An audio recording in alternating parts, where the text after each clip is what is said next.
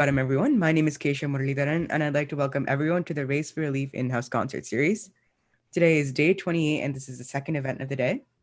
For those of you who are just joining, Race for Relief is a fundraiser for the NJ Pandemic Relief Fund, an organization dedicated to raise funds, organize, and coordinate resources to fight the medical and socioeconomic impact of COVID-19 on New Jersey's most vulnerable. We have over 50 concerts by many junior and senior students, as well as workshops and performances by many respected teachers in the United States and India. And I'd like to thank everyone so much for their contributions. Um, to avoid going over time, I'll just hand it over to our participants today. They'll be discussing the topic artist interpretation versus composer's intention. We have Gowri Raghunandan, Ashvin Ravi, Vijay Narayan, and Srinath Perangur. Thank you, all of you guys, so much for agreeing to do this. And if you have not checked out their concerts yet, please remember to do so at our YouTube channel. And without any further ado, let me hand this over to them. Thanks, Keshav. So, artist interpretation versus composer's intent. I thought we could begin with a simple example. We all know the famous composition Meenakshi Memudam by Sri Muthuswami Dikshidhar. And it's an interesting composition in that there's many beautiful lines in which one can elaborate for Neraval and Swaram from the artist, based on the artist's choosing. And we see, indeed, there are many interpretations of this composition. So one can, of course, elaborate on Madhura Puri Nilaye Mani Valaye Madhura. There's also Meenalochani Pashamochani Manini Madhu Madamodita Hridaye Sadaye. And then even Vidu Vidam Bana. So with that, there's so much scope within one composition. We're going to start by discussing such examples where perhaps there are certain lines we, from our own understanding, think are better suited than others. And perhaps this can be either musical or lyrical. Yeah, I think often it's a negotiation between the two. I think, not always common that there's multiple Neraval lines in a song that fit both criteria perfectly. So I think that's going to be part of the main piece of the first topic in our discussion today. Yeah, that's a great introduction, Vijay. So we can look at an example of that in Jnanamosagarada. So typically people sing the Neraval line in Paramatmudo Jivatmudo, right? And so I was looking into that. I actually talked to my dad about it this morning as well. And looking at the meaning behind Paramatmudo Jivatmudo, right? This line describes the differences between God and other celestial beings which have limitations. And then the next line, Paripurna Nishkalanka Niravadi Sukadayaka. So this is not as common, but the meaning behind this is actually really wonderful. So Paripurna is essentially complete as a whole without any limitation. And this limitation occurs because of the five senses and mind that we're bound to here. Nishkalanka is like a fault or blemish. And in order to get rid of these blemishes, we need to work towards cleansing it. And Niravadi Sukadayaka is the one who gives eternal happiness without limit, without the time limit. So we can kind of interpret that this line, the Paripurna Nishkalanka line, focuses on the unification of the previous line, Paramatmudo Jivatmudo, and kind of summarizes or concludes Tyagaraja's thoughts in this kriti. So even though it's not as commonly sung, it could be, a great line to expand Neraval and Swaram upon. Gowri, is it just Paramatmudu Jivatmudu, or is it also the next line after? Padina, it's the next line after as Padina- well, usually. Yeah. Padinalugunokomono. Yeah, usually. Yeah. So I No, think that's a great I've point, also Gowri. heard, I think I've also heard just Paramatmudu Jivatmudu, Paramatmudu Jivatmudu. No, Yeah. I think people definitely. I think once you take a certain line and it's sort of in the Carnatic canon, people tend to shorten it rather than lengthen it. And no, Gowri, you definitely brought up a great point, because I think that's a common theme, especially in Tyagaraja songs in the Charanams, where a lot of Neraval lines are actually only sort of half-baked, and it's not until the second line, which people don't often sing, that the full thought becomes, Right. circles back to exactly. his original intended meaning. So Gowri, do you think part of it is also somewhat musical in that I was thinking about that as Paramatmudu Jivatmudu is kind of in the Panchamam area, whereas perhaps it's for those who want to explore that range, Paripurnani already starts and goes to sa, right? So if you don't maybe have the stamina or the that reach to elaborate there the entire time, you think maybe it's also musical? Yeah, no, definitely. That's definitely one of the reasons, like, people may choose one over the other as well. And also, if it also depends which slot in the concert the song represents, right? Because if you're gonna do more of a drawn out Neraval, you might appreciate starting at pa and working your way up to sa. Whereas immediately jumping to sa, maybe that'll suit a quicker, fast-paced piece. Yeah. So I mean, this also comes back to the point that you made, Srinath, that it's actually difficult to find a Neraval line that fits, like both criterias, like the meaning and like aesthetic appeal of like the swarams as well, the ragam. And Srinath, you also brought up a good point in that probably Paramatmudu Jivatmudu has stuck around just because Paramatmudu Jivatmudu has stuck around. So there's a positive feedback that. Mm-hmm. Yeah, it's always weird when it sounds almost odd when someone picks a different Neraval line, because it's so ingrained in us in the Carnatic tradition to hear a particular line. But it's good when a stalwart changes it up. Mm-hmm. Yeah. Do you also think that like the differences could be like how verbose a line is? Like, I don't know whether this is like the best example, but like I don't know the Kriti myself, but is like Paripurna and Nishkalanka more verbose, like, and harder to sing Neraval, like in terms of like syllable placements too? Usually that is taken into account too, right, when we do Neraval? Yeah. No, definitely. I think if it becomes more verbose, it's probably difficult to remember, and then you're kind of focusing more on getting the words right than elaborating on on those words. I think Paramatmudu Jivatmudu Padinalugu Lokamunu, and then Paripurna Nishkalanka Niravati Sukadayaka, it seems kind of equal, I want to say, but yeah, I don't know, what do you think? Yeah, I think does seem pretty cool. I think the rhyming in Paramatmudu Jivatmudu also helps it make it easier to sing and also more catchy on a mechanical level. Catchy. There's something to be said for the catchiness, right? Even the the phonetics of it. Yeah, even if you don't understand the meaning, then it still appeals to you because you can hear the rhyme. Mm-hmm. Yeah, even the 4 words like Paramatmudu, Jivatmudu, like they're all like within like one authentic, like Paramatmudu, Jivatmudu, like they're like subdivided like equally well too, which I guess contribute to the aesthetic appeal. Yeah, good point.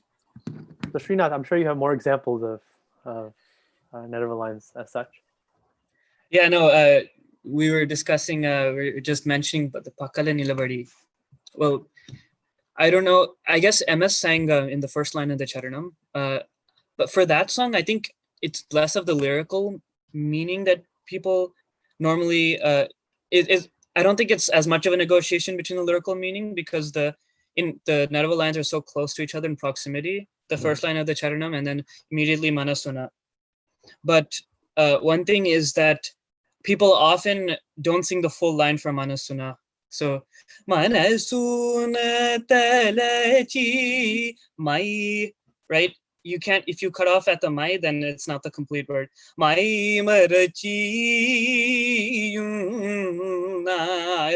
that's the full thought. But I think just like in Jnana Masagarada, it's sort of become canon almost to not sing the full thing. I myself have been told on more than one occasion to either finish the line or end at Dalachi. There's nothing wrong ending in Dalachi, right? Yeah, there's nothing wrong in ending in Dalachi, but usually it's not one of the. The problem though is usually in the middle. Manasuna Dalachi mai. You want to end with a syllable, right? And if you end in Dalachi, this musically it feels a little bit empty.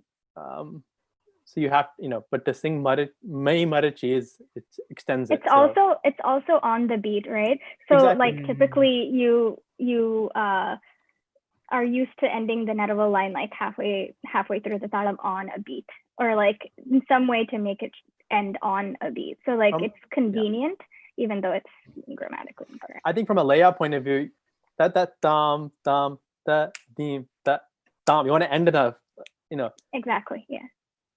Mm-hmm. That sort of begs the question: what would Tyagaraja want, right? Because when he's composing the song, do you think has a specific line in mind that he thinks is most suited for Naraval? And is that Manasuna? Is that what we do commonly sing as Naraval? But that's really hard to.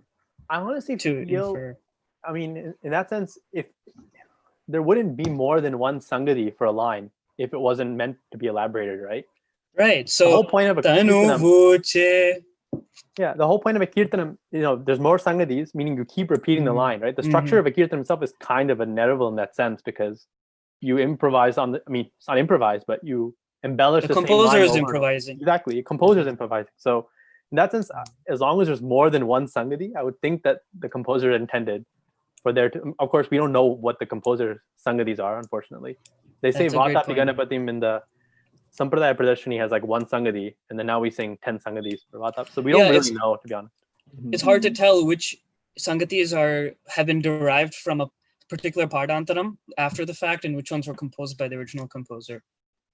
Yeah, a lot of times I've noticed in like Saint Tyagaraja Kritis too, is that we often like arbitrarily go to like the first line of the Charanam like as our first choice for the Naraval line too. Whereas like how Vijay brings it up, like we have Sangatis for a reason, right? Like variations building up on each other, which doesn't interfere with the meaning as well. So it could also be like, did Saint Tyagaraja ever intend that like the first Charanam line is where people do their most improvisation, or is that a trend that a lot of artists have followed like in history? It might be a trend. Sometimes of a popular artist like KVN, who's known for Naraval singing, takes up a line, that becomes the de facto in some sense. For sure. Yeah, no, that's a good point. I was going to actually give the example for that, like Rara Mayanti Daka. So people do swaram on like the Pallavi and then also the Anupallavi line, Rara Mayanti Daka and then Rara Dasharatha. I'm not sure about Naraval, but there are like multiple charanams, and I have not heard like elaboration on those. That's also another point, actually. Like, you brought a great point. A lot of these, especially Tyagaraja compositions, have 2 or 3 charanams, right, with the same tune, and yet first we only sing one charanam, and that we pick one for Naraval, right? Maybe there's actually a different charanam that's not as often sung that lyrically actually makes more sense. I haven't explored it. Yeah, I know we often. Go ahead. Oh, all I was gonna say is like just in that aspect, like we always take the charanam with the mudra of Tyagaraja at the end. Without really realizing like what the other charanams are about lyrically. That's all I was gonna say. No, yeah, that's a good point. So anyone have more examples of this? Maybe a couple more examples. Sure. One that at least is close to my own heart is Kirtan Majanaki in Kamboji. So there's actually 2 lines that there's almost like a bifurcation. 50% of people sing it at Raja Rajavara, which is a beautiful line. It's also musically very beautiful because it starts with the Sajjam. Raja Rajavara. And there's also a different line in the Charanam. Vani matala kukopaginchi kanta. But the problem actually is, and this is something I've faced my own, is if we just sing Vani matalaku kopaginchi kanta, that's not a complete thought. Although that hasn't stopped great musicians from elaborating just that line. It's interesting in the sense that my personal understanding is that probably the reason, one, by de facto people like to take the charanam, right? That's a sampradaya. Second, I mean it's a very beautiful line just for Kambodi, right? Nida ni pada ma va ni ma. It's actually very like Kambodi thrives there. You can sing for Raja Raja, but at that point you can't go higher, right? So you're already at Saga. If you sing Vani Mata, you at least have room, maybe if you want to sing 20-minute Nerava Swaram. Now it's interesting that a line, that there's a tradition for singing a line that's actually incomplete.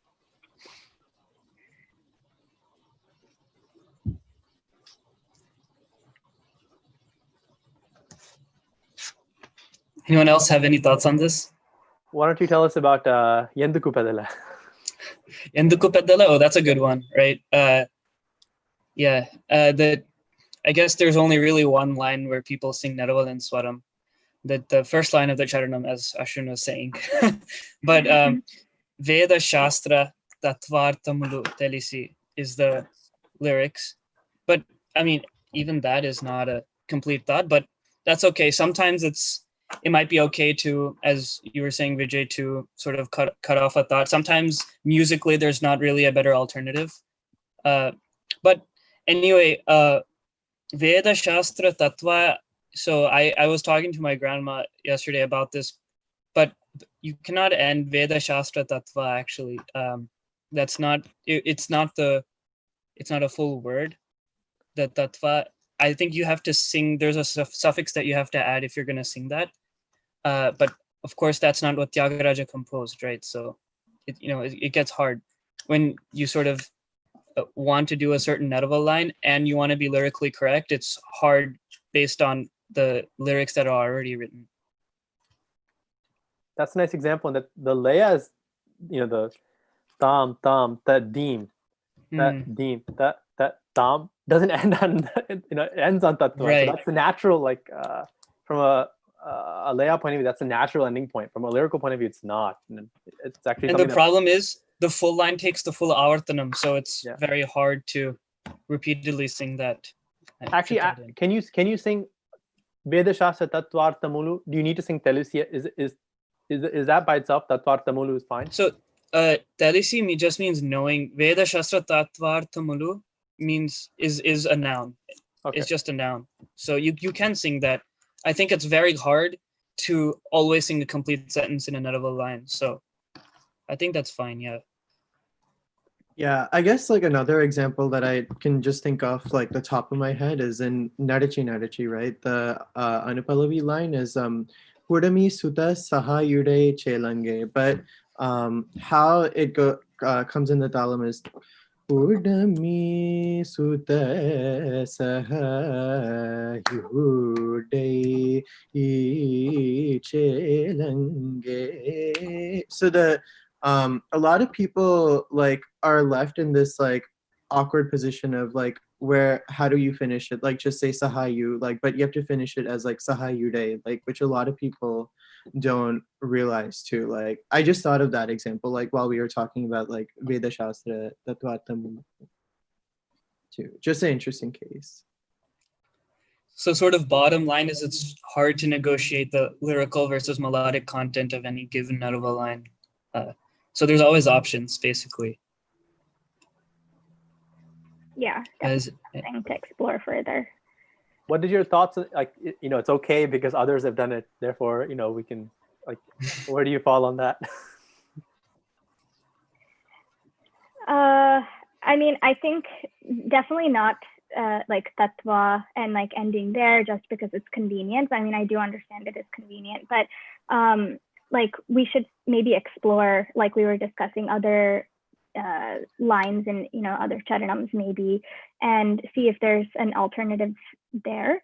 I mean, that's an option instead of, if in case we don't want to make it so verbose and then sing 2-3 different lines just to make the meaning correct, we could look at other charanams to see if there are other alternative lines.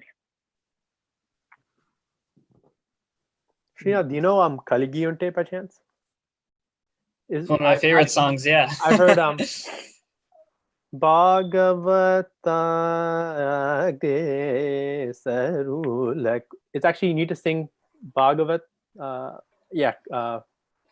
the charanam actually ending with Bhagavata? Let me think about that. Gavata Sarulaku. I think you end on Sarulaku, right?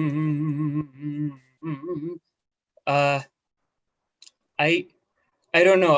My Telugu is definitely not that great, but it seems to me that I think in the first line of the charanam there's a spot where you cannot end that people often end.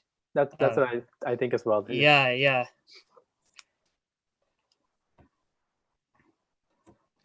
Yeah, the conjunctions that are so important. Even actually going back to Jnanamo Sagarada, people sing Jnanamo Sagarada Ajnanamo, and it's kind of completely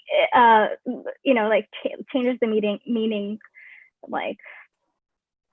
completely opposite. So and that may happen in the Nandaval line also if you're not careful. So. Yeah, I just looked up the meaning of Kaligi Unte. Srinath, correct me if I'm wrong, but Bhagavata Gre Sarulu really means eminent devotees, but you have to just Bhagavata Gre doesn't mean anything. Right. Yeah. Interesting. Yeah. What would Tyagaraja Swami say if he heard his compositions being elaborated as such? I don't know. I don't know. Also at that time, I feel like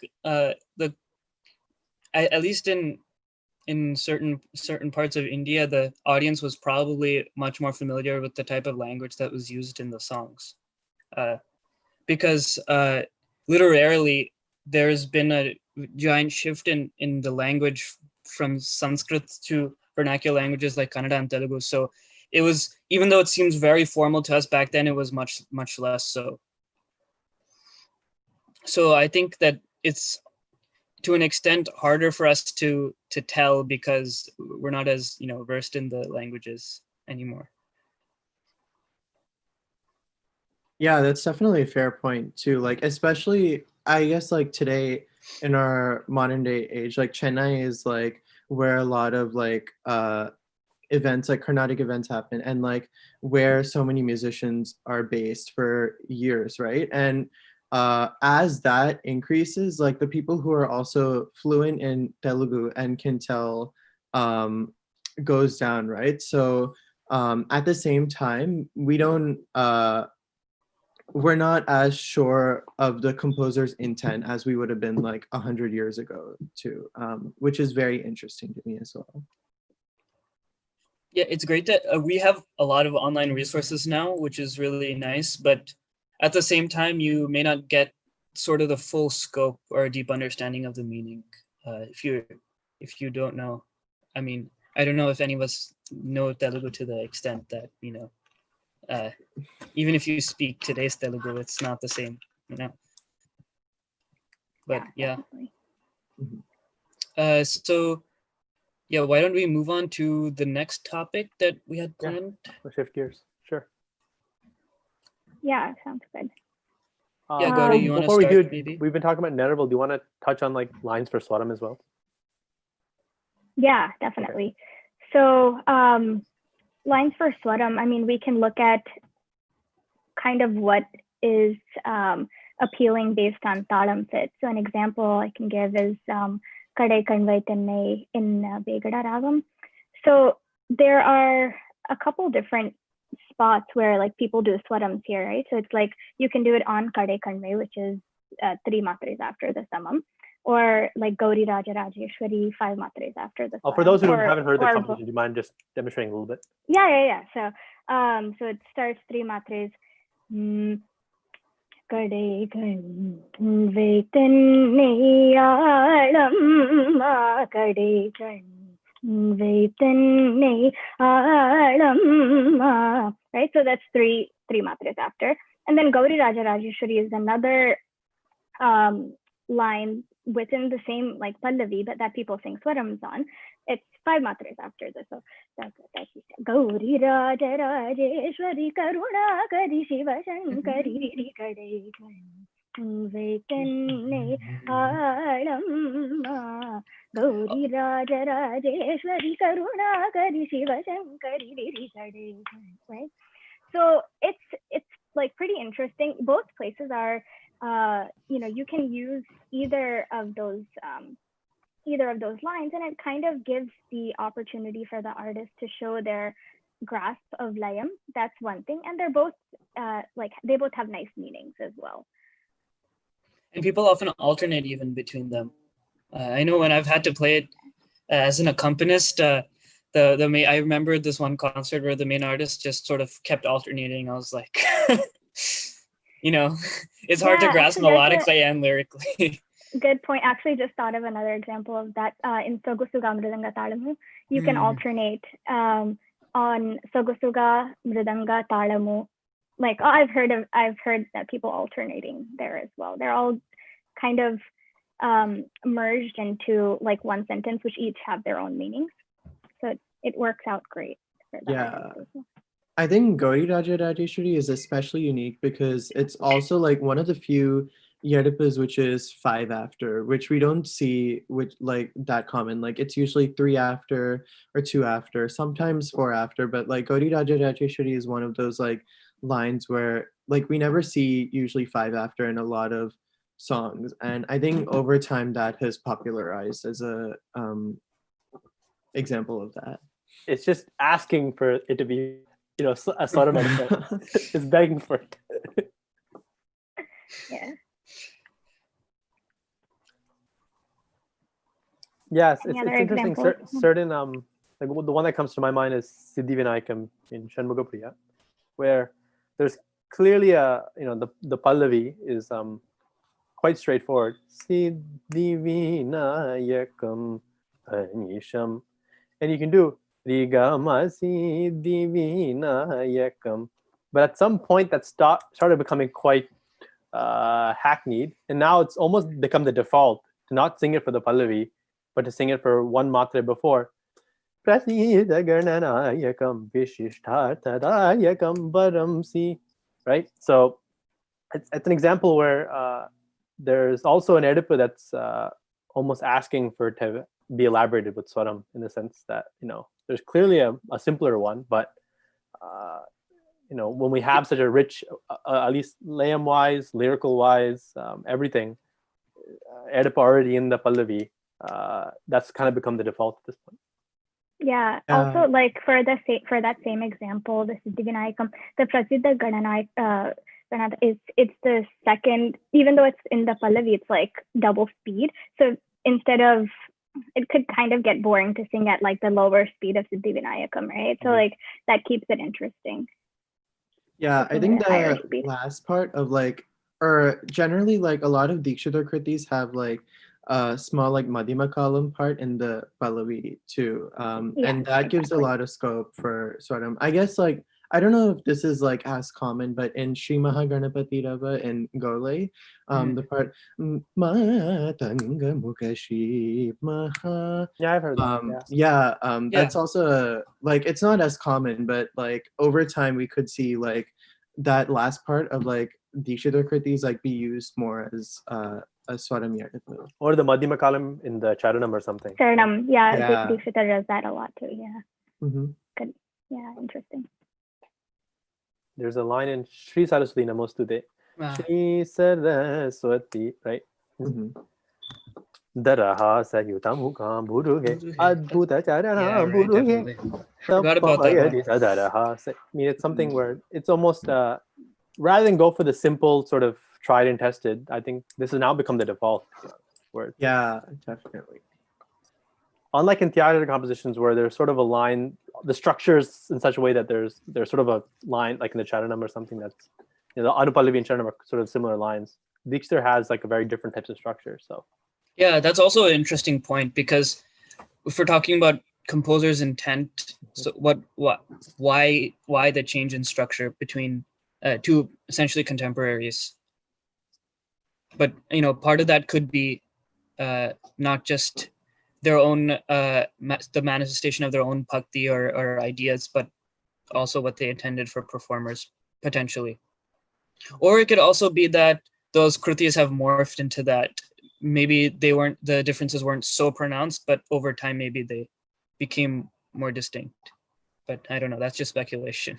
Yeah, I think also going off of that, even if you see like a lot of Dikshita kritis, there seem to be like a lot more nettable lines that are like that people do. Like we have a more of a choice in Dikshita kritis. Like Vijay pointed out for Meenakshi Memud, right? You can do nettable in 4 lines. And I think Dikshita kritis are like especially unique in that there's a lot of scope for them, as in like with improvisation, especially like nettable lines, because there's so many lines. And plus the good thing is a lot of artists have less so with Tyagaraja kritis have focused on multiple lines that can be used, something that I just found interesting. Yeah, Do you have any also examples, because Ashwin? Dikshita has like Samashti Charanams and like Madhyama Kalam like lines, so it's Yeah, sure. I you guess choose like multiple. yeah, I guess one example that comes to mind is in Balagopala. So the common line is Nila Nirata Sharira Dira. And that is basically like the accepted line, I guess, if you want to call it that. But KVN made it famous. That's why. yeah. But something that's really cool is that MDR has done Naraval and Drona Karna Duryodhana Dihara. Same thing, Vainika Gayaka can be used as Naraval as well. And I think the reason why is because I feel like Dikshita kritis are very describing of qualities that the god has, that he praises. So for example, Nila Nirata is just saying your body is in dark blue color, just like the rain-bearing clouds, and you are the wisest. So it's these list of adjectives, which we see very commonly with Dikshita kritis a lot, which is something that I found really interesting. So like I was just thinking today morning, like does that correlate to like having like a lot more improvisation if you just have just a lot of like adjectives that describe like a particular god?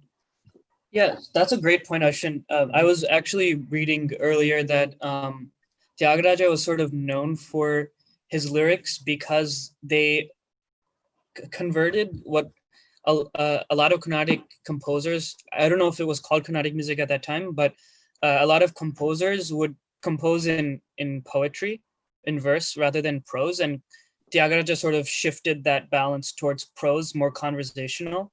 And I think resultantly, there are a lot more opportunities to cut his sahitya lines off in the middle of a sentence or middle of a word, middle of a thought.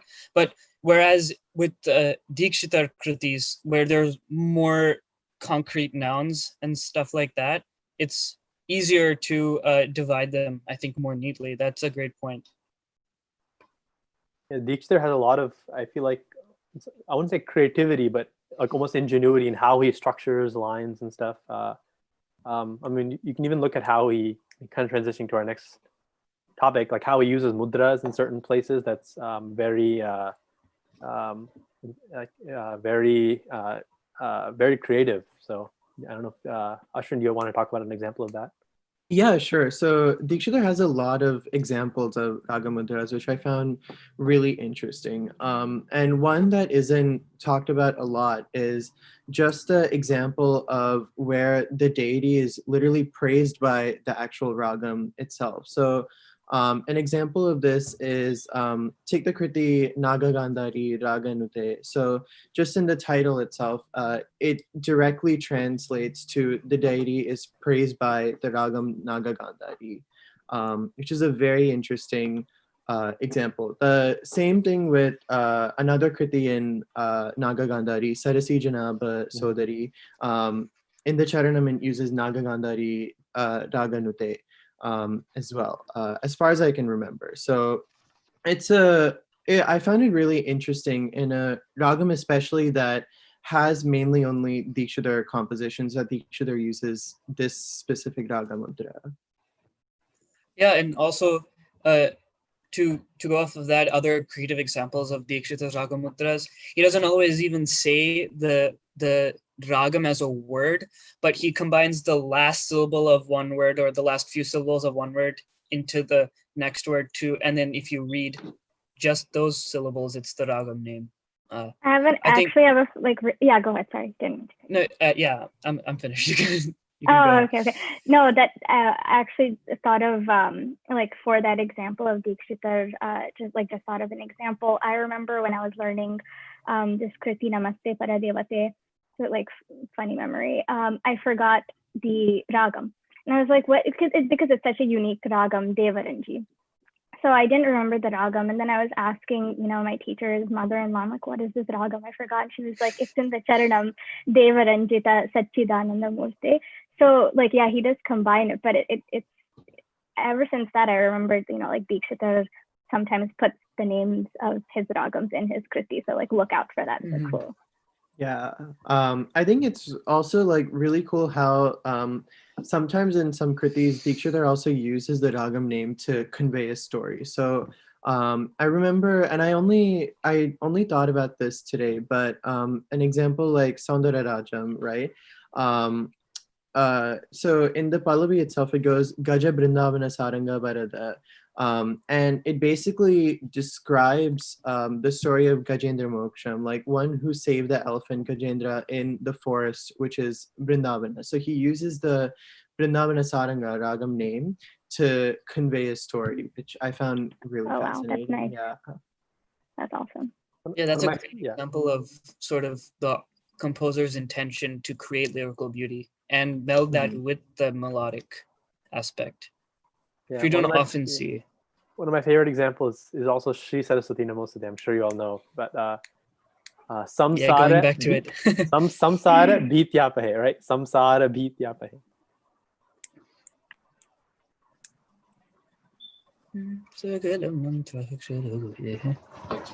Oh yeah, yeah. Diksha is definitely the scholar. I think at the Trinity. I'll agree with that. Yeah, that's amazing. So, anything else on this topic, guys? Ashwin, did you want to talk about, since we're kind of wrapping up this topic, Sri Subramanya Namostute? Yeah, sure.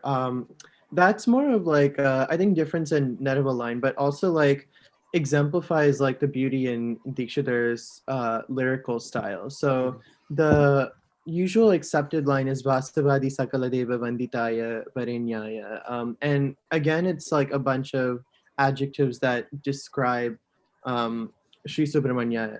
So one who's worshipped by Vasava and the other devas, Vasava being Indra. And it's also interesting that it's in the higher octave, in the higher register. So you spend a lot of time exploring in that rather than coming down. But GNB actually has popularized the line in the Charanam, Tapatraya Harana Nipuna Tattvopadesha Kate. And I think that line is fascinating too, because it exemplifies how good Dikshidhar is at telling stories. So what the line basically says is Jivatma, or the human soul, has three kinds of desires, and all three lead to suffering. And basically Sri Subramanya teaches us how to win over them, and he's an expert or nipuna at such teaching.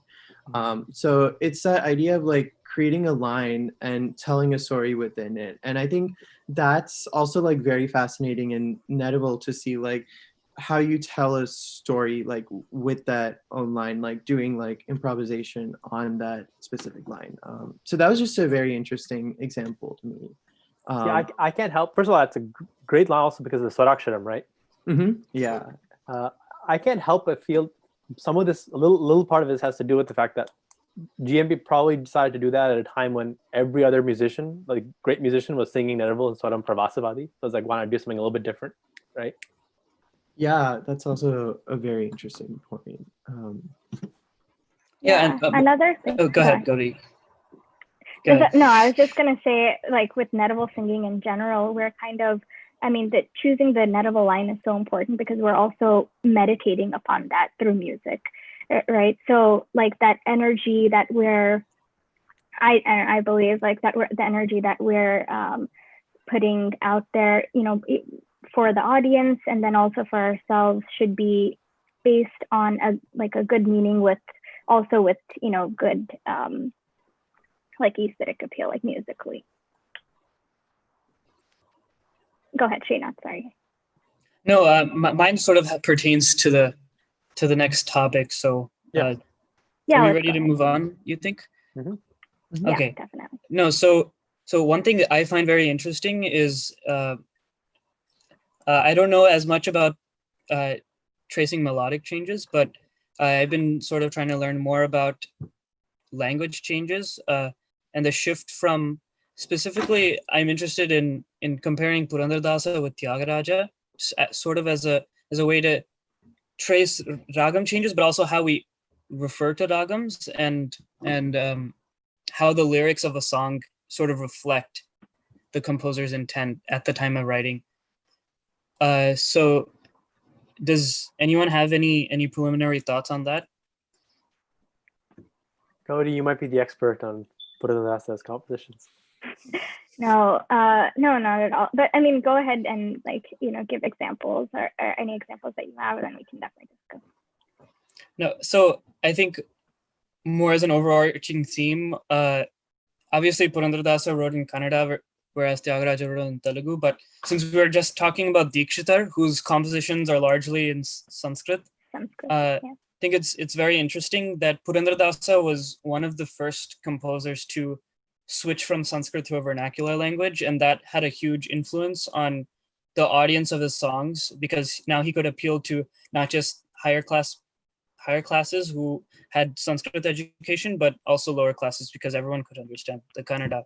So that's, to me, that says that, you know, he was more interested in writing a sort of universal song, a bhakti driven song, rather than a melodic driven song.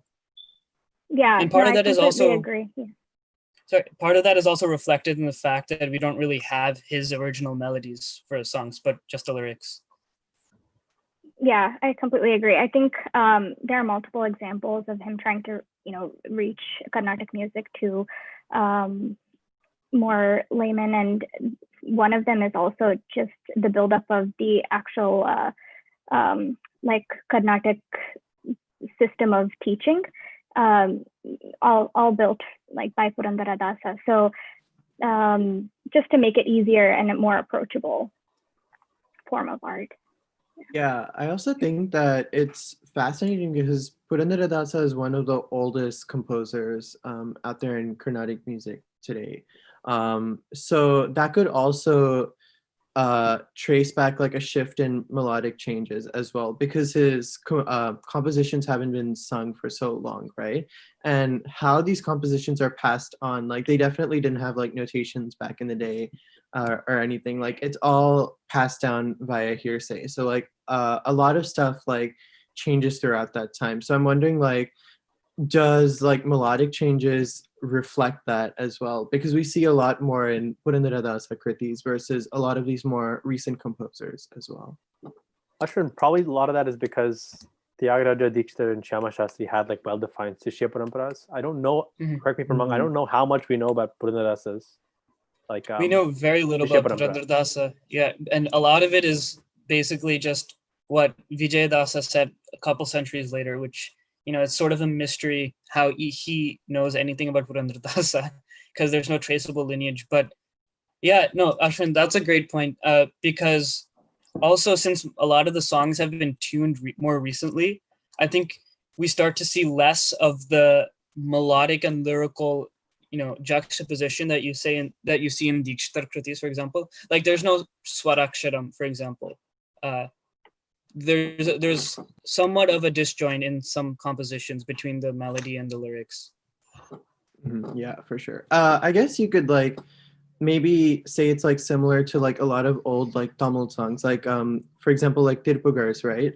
Only recently have we started tuning them and singing them towards Carnatic music, like, and previously they were focused a lot more on like the lyrical intent versus the melodic intent, similar to how Purandaradasa probably intended a lot of his kritis and texts to be, which I find really interesting too.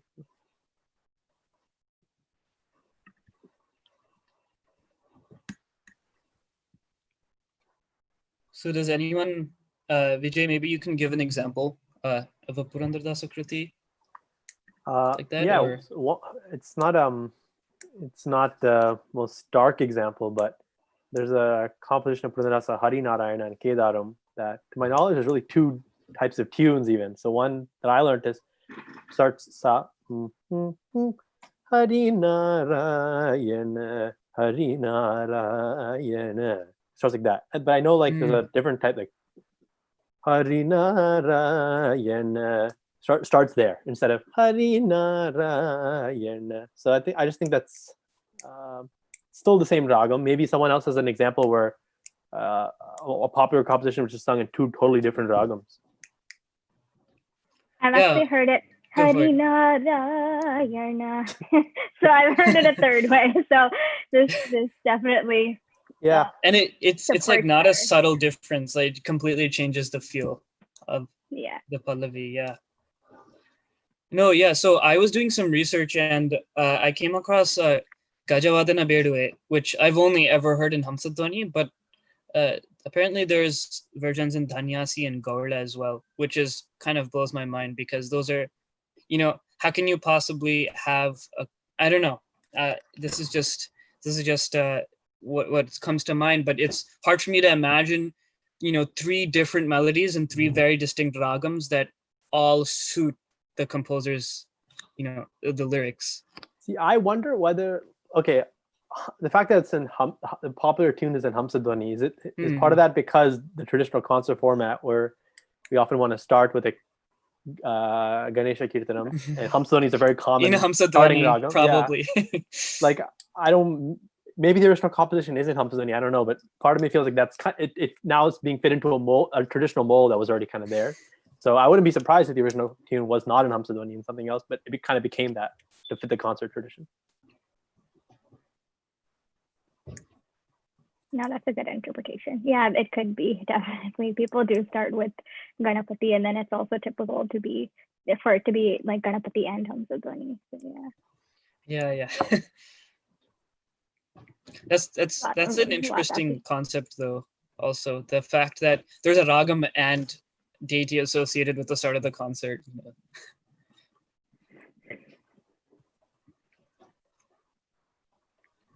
I know there's a Kirtanam Venkataramanane in Saveri. I learned it in Rendakale.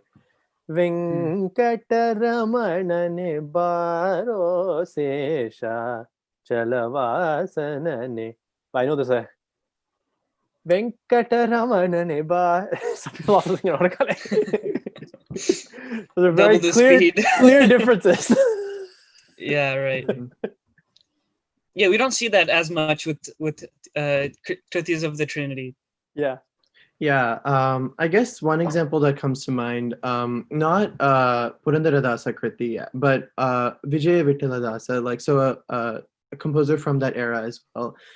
If you guys know Sadayana Hridayadalli, I learned it in Behag, but I've heard it in so the original tune is like Sada, it starts here like Sadayana Hridayadalli Vasamado Shri Hare, and some interpretations say it's in Pandurali Sadayana Hridayadalli, something totally different. And then today I checked online, and people are saying that Sadayana Hridayadalli can also be sung in Kannada too. So the fact that there's so many ragam interpretations is definitely something very interesting. Yeah, I've heard that in Hindustani music also, actually. The Sada in Hridayadalli. Oh, I don't really? remember. Yeah. Mhm. I think there's a recording of Bhimsen Joshi singing Bhagi the Lakshmi Barama in Yeah, I was actually gonna bring.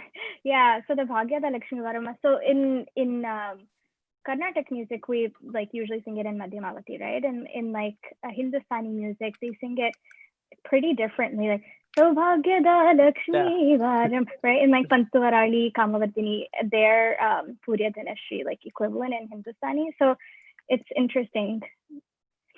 I actually wanted to like quickly go back to the topic that we were talking about. I mean, this is somewhat related, but the why Hamsadvani is correlated with Ganapati so often. Do you have thoughts on why? Is it just because it's a like happy ragam to start the concert with? I don't know. I mean, traditionally, it wasn't Hamsadwani, right? That people would start concerts with. It was like something. I don't know all the complex classifications, but I think Bauli is considered the morning raga. Oh, okay. I don't know if Hamsadwani fit into any one of those. The morning raga, midday Yeah, raga, evening raga. there are just so many examples from like Gam Ganapate Vatapi, right? Like so many Vinayaka, examples. Ninuvina.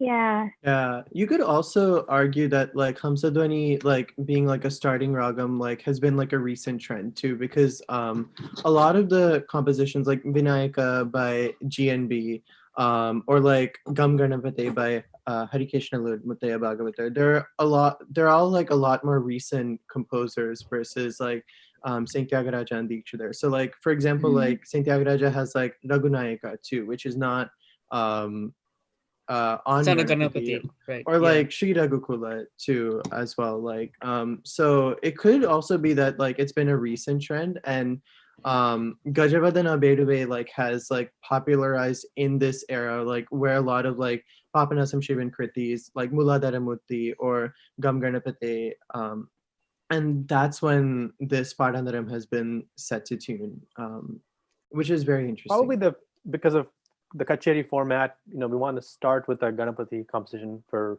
spiritual purposes, and I think Hamsadwani is a good starting ragam, right? It kind of pick up the pace, picks up the mood. Yeah.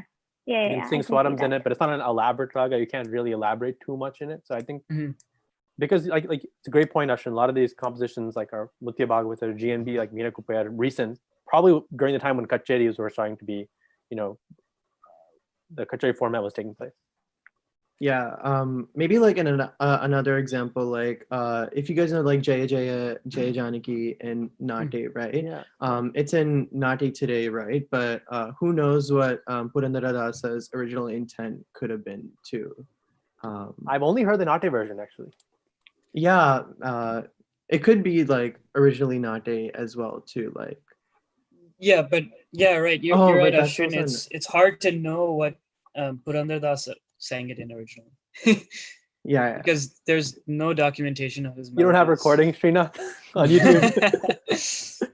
15th century recording? No, unfortunately not. Yeah, it's funny. Like for Tyagaraja, for instance, for a while, I used to notice that like pretty much most of the like popular musicians in some way can trace their lineage back to Tyagaraja, right? Like there's some, but it's not too many generations. It's like 3 or 4 or 5 generations. But like with Purandara, I don't even know any like. Do we have any indication of any Sishya Parampara? So it's very hard to say who's the authority on Purandara's Kirtanams, right? So suppose we debate, what's actually not there. I don't even know where to go to. Whereas I feel like for Tyagaraja, actually, I don't know. On that topic, are there certain compositions of Tyagaraja that may not actually have been his, but like are misattributed? Yeah, I think that's a perfect transition to like the next kind of topic. So I guess one example that comes to mind is Ne Pogada Kunte by Saint Tyagaraja. And today, so personally, I learned the Kriti in Varali, but a lot of schools today learn it in Shubhabanturali. So I did a little bit of research on it, and both of the renditions in ancient texts by Saint Tyagaraja and his disciples are said to be classified in Deshitori, which is one of the more ancient ragams that isn't sung as much today. And it's kind of just like morphed into this like general scale of Todi. Is Deshitori just Todi, but like less gamakam or what? I think so. So Deshatori, it says like emphasized on the ma. So you, what's like interesting to me is like you can still see traces of that in Ne Pogada Kunte. Like for example, like Ne Pogada Kunte Ni Ke Ni Ko Prapugada Sukha Sanaka. Like so like a lot of emphasis on that ma versus like a lot of Kritis and Varali and Chupapanturali emphasize the ga and the difference in the ga. So that's something that I found really interesting as well. Like how maybe like one, like the original ragam has like shifted into both like Varali and Chupapanturali, two similar ragams which share like a similar emphasis on the ma. And neither of which is Deshatori. Exactly, yeah. Significantly. Yeah. That's a good example. Whenever this topic is ever brought up in any discussion, like I think the classic example is Nagumomu, because that's such a popular composition, but I don't think any of us are actually singing in the original ragam.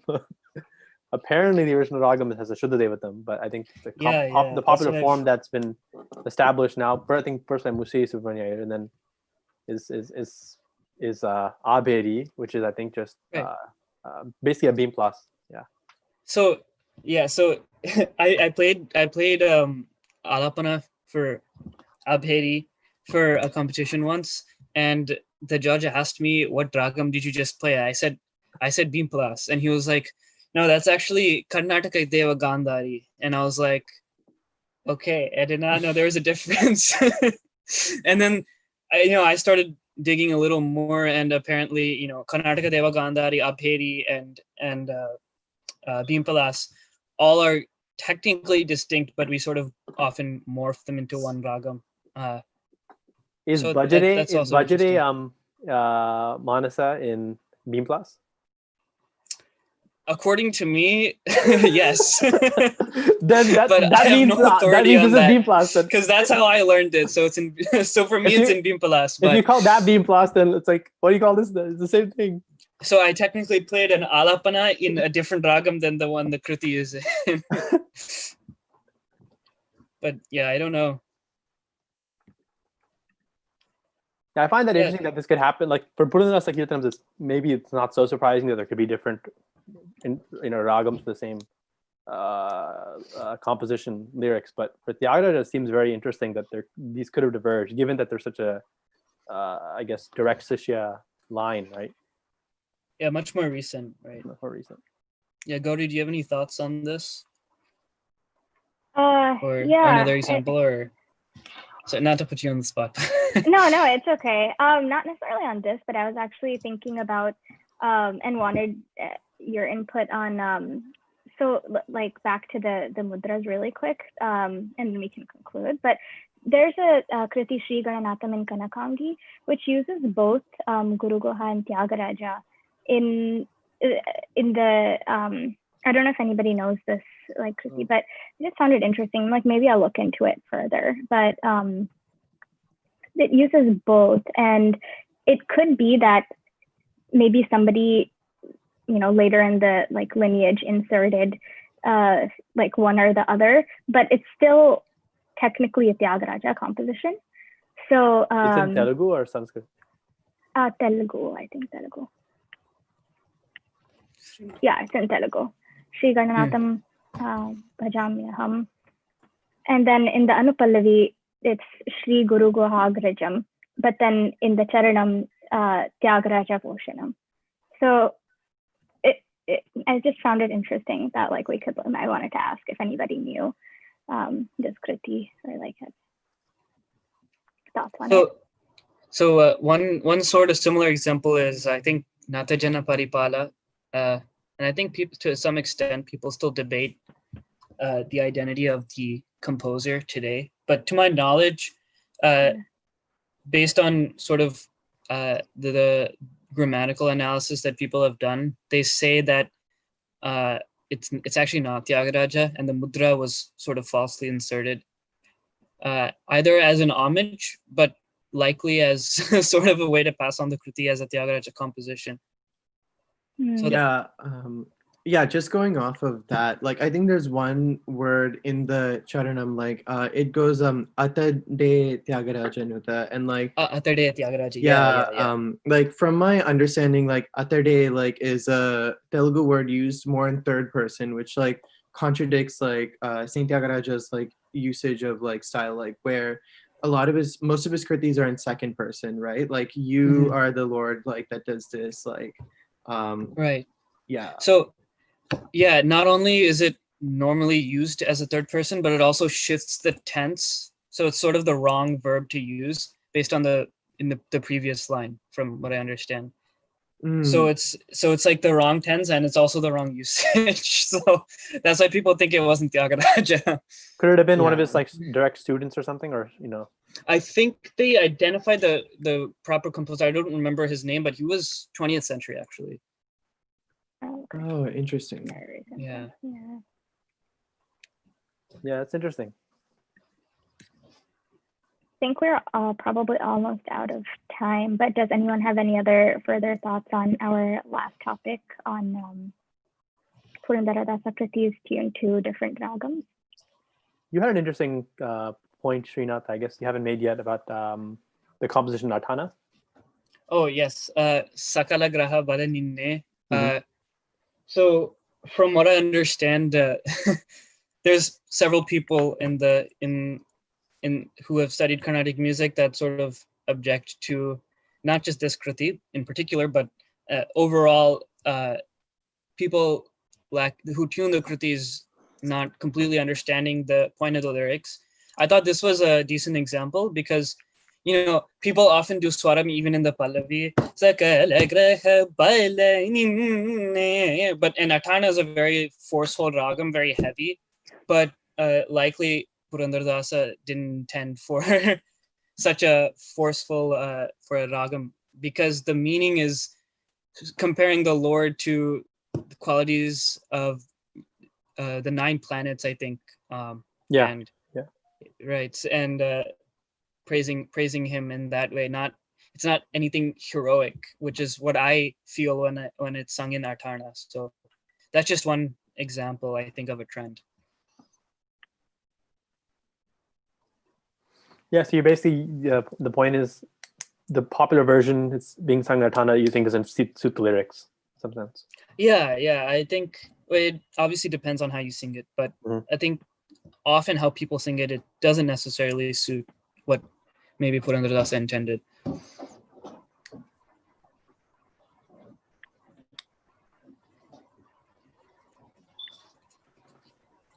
I have to wonder if Bhagi the Lakshmi Bharama is transformed into Madhyamavati kind of because it's at the end of the we like to sing something at at the very tail end of a concert that's more auspicious, and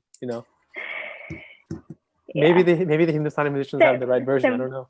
Similar to what we were doing with Hamsa Dhwani in the beginning of the concert, probably. Yeah. Tuning And, into Madhyamavati and even at the end. like Venkataramana, it could be that the version I learned maybe it was done because they wanted to use a Purandarasa song as a more like heavy piece in Saveri, whereas maybe Purandarasa Kirtans actually don't really amend themselves to huge elaboration.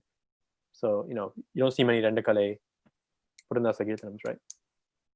Yeah, that's a really good point too. Never thought about that. Yeah. I mean, it's certainly tough to infer what all these composers intended, but I think we have enough context clues where we can make a decent assumption and singer play accordingly. Yeah, I think anyone have any final thoughts before we wrap up?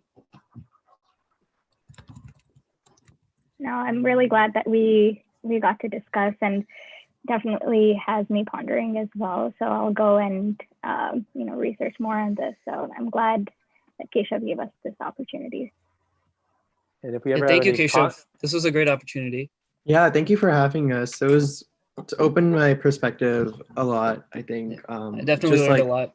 Yeah, we all enjoyed it. Sure. Especially enjoyed preparing for it. It's been fun. Mm-hmm. Yeah. Thanks, Keshav.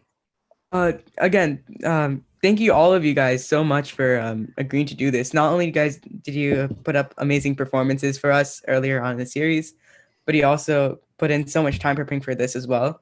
And I remember when I assigned the topic of artist interpretation versus composer's intention, this wasn't what I had in mind, but I loved like the new direction that you guys took it in. And you guys like covered pretty much all like aspects of the topic you guys could possibly cover. So again, big thank you to all of you guys.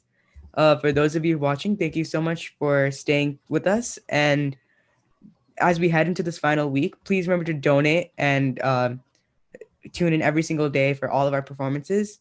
For our final performance today at 6 p.m., we have a dance performance by Sneha Ramesh. So please remember to tune in then as well. Thank you everyone so much for watching. Please remember to stay safe and donate. And I hope you have a wonderful day. Thanks. Thank you. Thank you.